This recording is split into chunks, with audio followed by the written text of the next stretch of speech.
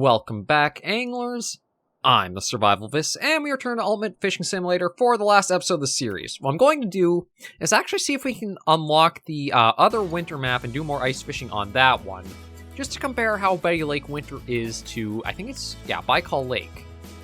Okay, we just need the funds for it, but truth be told, with how this has been going, I don't think it'll be too hard to actually get all the money we need to open that up and try it out this episode. But yeah, Ultimate Fishing Simulator is definitely a very strange game to play. It just feels so I shouldn't say different, but just feels like there's so many gears that aren't really meshing with each other and they like clunk and hit together, so it does kind of work in the end, but not as efficiently as you would expect it to. So what we'll probably do is look for a nice concentration of a few fish and then just make the hole and plunk our thing down. I think the best place might be somewhere right around here. I don't think time of day actually has much effect when it comes to like going for certain species of fish either. It's one of those things where it might be included, but I don't think it'll, again, really help. Oh, actually, let me just make sure this is the set we want. It's not really going to change or impact the hit rates or whatever you're trying to go for. In a better fishing game, yes, they probably would, but again, Ultimate Fishing Simulator it puts on a good front to lure you in for the first while. This map, again, being the first one, has not a lot of species to it, but they do have, like, the sizes can go small and gradually increase to fairly large numbers. So you're getting decent catches that lure you in, and then you move on to the next map, and it's like the ball is completely drops, and it, like, falls out from underneath you for what you expected. Like, truth be told, I'm surprised how much of a fight this guy's putting on for what I think is a number 2 sized hook.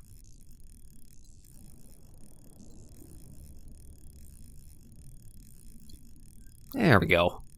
Okay, we'll bring him in and see how much he gives. But yeah, we've been catching fish that are like at least $80 to $120 per landing. So as we're bringing them in, it shouldn't be too hard to try to get the extra bit of funds. And Lake Baikal was actually was an area that I think it was in Siberian Expeditions, that Carnivore's mod. Yeah, see, like 98, almost 100 from that one right there. Sell that. I just double check that this is... Okay, that's the one we're using here, so just making sure. Oh, come on, you. In the hole, and down you go. Lake Baikal was one of the regions in the Siberian Expeditions that you go to hunting on. And now we'll be able to fish on it in this game.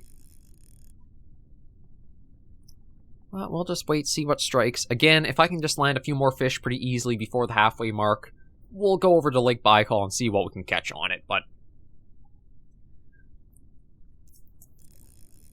it is weird that this is my favorite hunting style. My favorite fishing style when it comes to this game.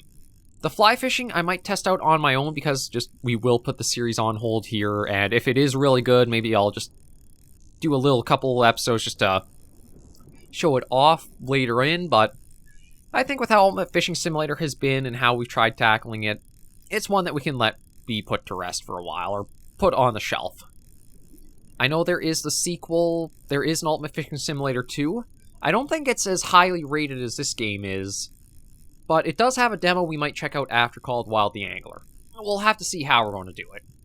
I still would love to kind of keep this wilderness weekend of a hunting game with a fishing game, but fishing games I think are a lot more in short supply than hunting games, and truth be told, I think the hunting games have more that have been done better than there are fishing games that have tried tackling it. Like, when you think of hunting games, you have Called Wild, the Hunter Called Wild, the Hunter Classic, Way of the Hunter. There's some Cabela's games go back into, but when you have fishing games, I think the big ones were really just Russian Fishing 4 and Called Wild the Angler is a recent one. There's also Fishing Planet, but I think that's another one where it can kind of fall into being a grindy. You're really going to spend a lot of time and investment getting up and gear for it. But yeah, I just feel like there's less of a variety when it comes to fishing games than there's a variety of hunting games. Maybe it's just me. I also haven't looked into it too hard, but I'm sure somebody in the comments will let me know about that in more detail. Overall, we'll just keep going as we can, see what we keep landing, and then be ready to move on. And what do we got here for you? Again, this... I wish I had a little bit more info on like how I should be trying to fight the fish. The only thing I can really think of is just keep trying to reel in as long as the tension meter doesn't go too high, just to help put resistance in and wear the fish out.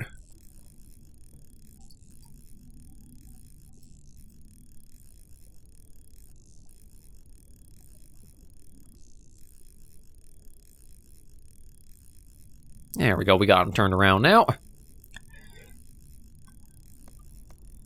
And we can go super speed for the retrieval. Because, yeah, he's pretty much tired out. He just has to be reeled in.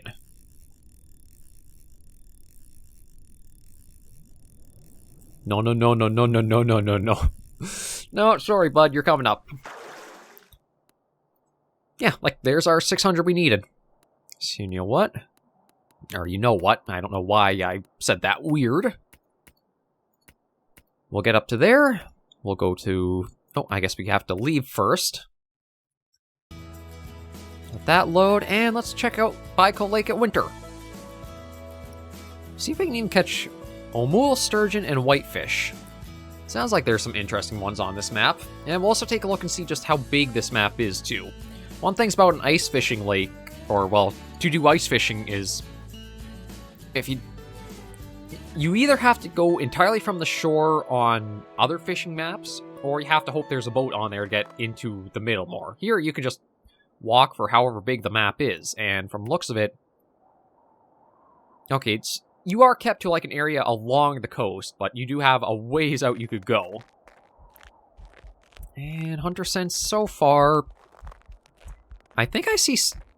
That might be a sturgeon right here. But the thing is, it's way too close to the surface would be my thinking. Yeah, like, I think I can see it right there. So let me see... Dude, do you work for sturgeon or Baikal? Baikal omul. I don't see Baikal sturgeon. Okay, what would I have to use for the sturgeon, I wonder?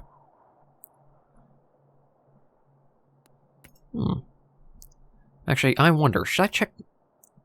No, okay, so the DLC fish are included on the map, but they are, like, underneath everything, so they're not included with the rest here. Although, considering what wasn't listed on the, like, the area map, this map gets fleshed out a lot more with the DLC fish species. Like, 1, 2, 3, 4, 5, 6 more get added here from looks of it. Oh, here we go. Yeah, we'll try this. There we go.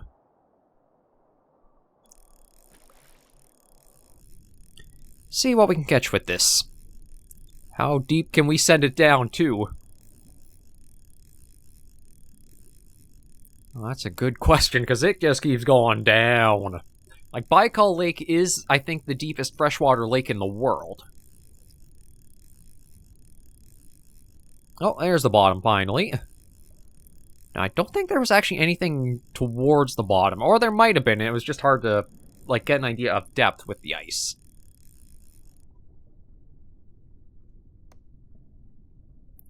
I'm just going to reduce the... I don't, maybe we'll keep it at full. Oh, there we go. Actually, truth be told, there's like no resistance from him. We're just gonna be able to reel in a huge sturgeon like it's nothing. Yeah, 13 kilograms for its sizing, and it's like no big deal. Again, the ice fishing... Actually, maybe I should just leave it up here, considering like he's right there, or one is right there. Oh, speak of. Okay, at least this guy... Okay, well, I can probably reduce the, Yeah, at least now we're getting him pulling some line out. But yeah, apparently the ice fishing maps might be the maps that make up for the rest of the game. Like, I really don't know if it was I had to really increase the hook size for the other lakes we were on, like Powell and St. Zenos' or what, but at least it's nice to see we're actually getting fish on a map that's not the starter. I do wonder what the Baikal omul is. It's a species I've never heard of. Sturgeon I've heard of. Plenty. But the omul, no idea what that would look like. Come on up, you. There we go. Oh, actually, bigger fight smaller fish, which is a bit weird. Okay, let me stop fishing and just take a look with the hunter vision. Actually, it looks kind of sparse for fish out here. We've got a variety over here, so I guess we'll try plopping down a hole here to try. Yeah, I know, the brain's not functioning 100% right now. I think I'm starting to get, there's not too much new input I can really talk about for things. Yeah, this looks like might as well just do right in the middle of these right here. I'm worried I'm repeating myself, but I don't really have new input to put in, because I've already gone over plans for like what we're doing for the next series. We just got these. We'll just try catching more sturgeon, I guess, just keep increasing the gear we've got, or I'll save up the money for something else. But again, I know it's not realistic, but I still love this, like, underwater camera you can have to it. It just feels like it adds a little bit more, instead of having just, like, wait and watch your rod tip forward or that.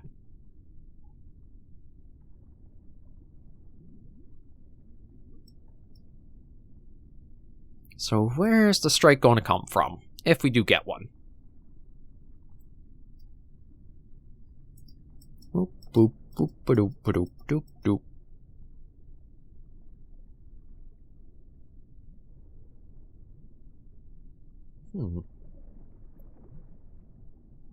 Oh, there you are. Oh, literally right at the surface, so maybe I should have let it go a bit deeper in the water there.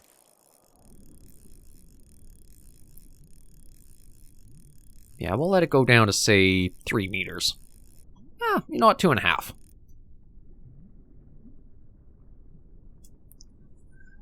But yeah, this is, like, I'm surprised how well the ice fishing is holding up compared to the rest. And there is, I think it's like,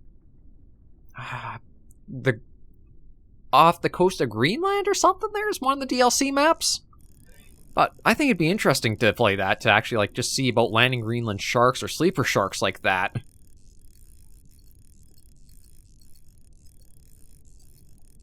It's like, again, it is the weirdest thing to have had such a more active time with, like, the fish striking for the ice fishing maps. But after we go back to Called Wild the Angler, I don't know how long I'll be on it. I'll probably see how it goes, like, for the tutorial stuff and how that plays out. But I kind of have a feeling it's going to run into the issue I had where once you're past the tutorial stuff and you've gotten yourself, like, pretty decent gear in that, it just becomes kind of formulaic in a way of you can literally track the hook size for what, I guess it'd be rating of fish. Like a bronze rating, a silver rating, a gold rating for the species. If there was, like, some progression in there where your level does connect to, like, the better gear you're getting, so you do have a little bit of grinding or that possibly to do, might be something that would help a bit more, but yeah, to be honest, I just don't know. I wonder, should I? Look at that. Actually, it's only 14.5. That's better still. Okay. Well, there's a 51 kilogram. If I did want to, we could. Yeah, we'll try to catch a couple more, and then we'll probably just go back to the main menu. I'll save the funds I've got, just since this is, like, one of the rare times where we're actually going to have funds to hold on to. But yeah, after Called Wild the Angler, there is another fishing game I've got. I can't remember what it's called. It was another one that was on sale for very cheap. I figure, with them not costing too much, might as well just pick them up, and we can always just do a little examination, try to build out and see what parts of fishing games are really good and where are things like lacking in some regards. Like, if we were to take the experience of all the different series we kind of play and show off on the channel, can we come together and build up the best fishing game possible? Or can we take the bits and pieces of the fishing games we've liked and build a better one that has everything as a strength to it?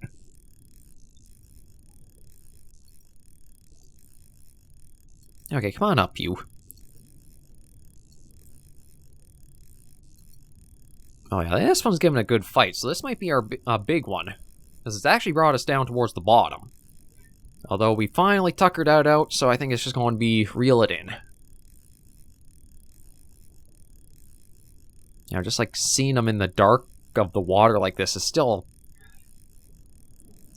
I like where the game actually embraces it is a game and does stuff that's like not as realistic. Like having this underwater vision, having the hunter vision to help you figure out where you should try fishing at. I know it's not for everybody's taste to have stuff like that. I think it's nice to have a little bit of like fantasy almost to it. And yeah, we're almost like up to level 10 just from this episode. It's ridiculous. We'll go till we probably hit the 20-minute mark, do a little bit of time just wrapping the series up. There's not really too much I can really say I have to talk about, though, because everything I wanted to mention, I have. It just kind of feels like I'm rambling on a little bit here, but... yeah, with November... actually... yeah, it will be November when we do have the Return Call of Wild the Angler. I have a lot of new series planned once, like, November... first few days of November are past. I just figured, with how many years I've actually been on YouTube, I should try to do a little bit more for Halloween. In truth, I wanted to actually look at covering Amnesia the Bunker, but the thing was, I didn't actually have the time slot open for trying, like, a long series out done till, I think it's like middle October. And I don't think I would have been able to finish it in a timely manner to keep with the holiday. Maybe next year, if I am still doing this and I do have things a little bit better planned, we'll try that. But a year's a lot of time, so it's hard to say how things will go to then. But yeah, the channel's at a point where I've actually got a lot of things I want to do, but there's so much I do want to do that I don't really have time to do it all. Or to do it too timely with things. Like, yeah, you know what? I'm just going to keep it around the top here. Because, like, it looks like all the sturgeon are up above near the ice, which is nowhere near where they should be. They should be completely, like, bottom exclusive and bottom feeders, but, again, the game is kind of weird for how it handles the fish. It's one of those... play this more just for, like, the arcade feel of it, not for realistic simulator-wise. I guess it's kind of like in the same vein as, say, like Goat Simulator or Hand Simulator, where as much as it's titled Simulator, it's not really going to be that. I guess that might be its own genre in a way, too, like faux simulator games. Like Russian Fishing 4... actually, I kind of might like in Ultimate Fishing Simulator 2, Hunting Simulator. Where it's like, there's like the basics and the premise of the genre they're trying to tackle there, but they aren't really in depth for what you'd expect for it to be like titled Simulator. That's actually a really good comparison between the two. Like, I know I wasn't with Hunting Simulator 2 for very long, but I think that also speaks to just like, again, it wasn't really as developed and focused onto the parts it should have been where it was. And also does kind of apply, too, for, like, how...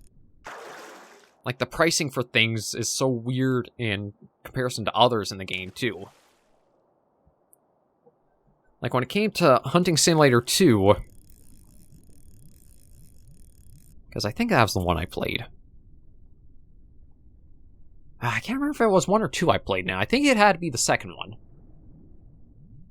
But when it came to that game... if you went for, like, say, the red foxes or, like, the small game animals, you only got, like, $50, which was not really enough for anything. But if you go after like a cougar or elk, you would get hundreds of dollars. It was so focused on like each species had its own funding score to it that unless you're going for like a trophy of a specific species, you might as well have just min-maxed focusing on what gave you the highest profit. Whereas I kind of like games where it's more a little freeform, where, yeah, sure, some species might have a little bit more you'll get from them, but it's still viable to go for the other things. It doesn't feel like as waste of a time or as much of a loss of, like, efficiency in a way. Something where you're rewarded no matter what you're doing is a nice system. And, I mean, I know that's kind of like the system called Wild the Angler was using, because I think it gave you funds depending on how your leveling up was going. Like, the money you would get was tied directly to the experience points you were earning for, like, your catches. But that also made it so it was really weird trying to track how your experience even worked. I don't know, it's just trying to, like, I guess fill the gap a little bit with talk and that, and trying to think back to how things were. Well, this will be our last catch for the series. Another Baikal sturgeon just to bring the funds up probably to over $1,000 if I'm honest. It's like, again, it's ridiculous what we're getting for, like, funds from the first map compared to all the weeks we spent in the other ones.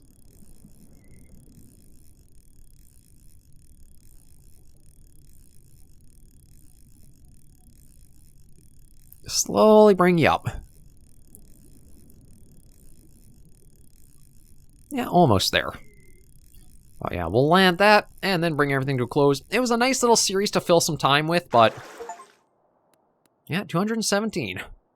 Actually, that puts us well above 1,000. It's a nice series to fill some time with. Again, it has a lot of DLC to it, but I can't really say at this point of the game it would be worth it.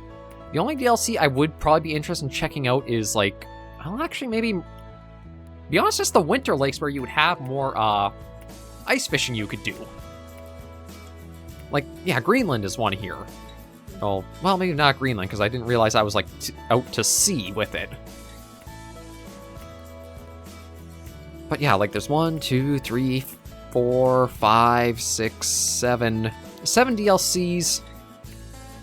And yeah, I'd be curious about trying to go for, like, the winter maps. No, actually, Kariba Dam has a lot of species on it. Again, you'll have to weigh if it's worth it or not for you guys, or if you even want to check out the game at all. Like I say, it feels like it really breaks a little bit, or like all the momentum completely crumbles away after you've left the first map. I mean, I've got the video to show you guys, so if you do have different experience, I'd love to hear what your feeling is with it, but yeah, it just feels like this one's a little more shallow for what you would expect, and Simulator isn't quite the right title I would go for it. I'm not sure if it'd be something better, more generic for a title or whatever, but at least we spent some time on it. Even if it's something where I know I'm not going to like be able to go start to finish with a game, I still at least try to stick with it for a while to show off a fair past the beginning, but not like hard all the way to the end if I'm not enjoying it. So again, you guys let me know what your thoughts on Ultimate Fishing Simulator are. Have you played it? What have you felt like for its progression, stuff like that? I'd love to hear from it all.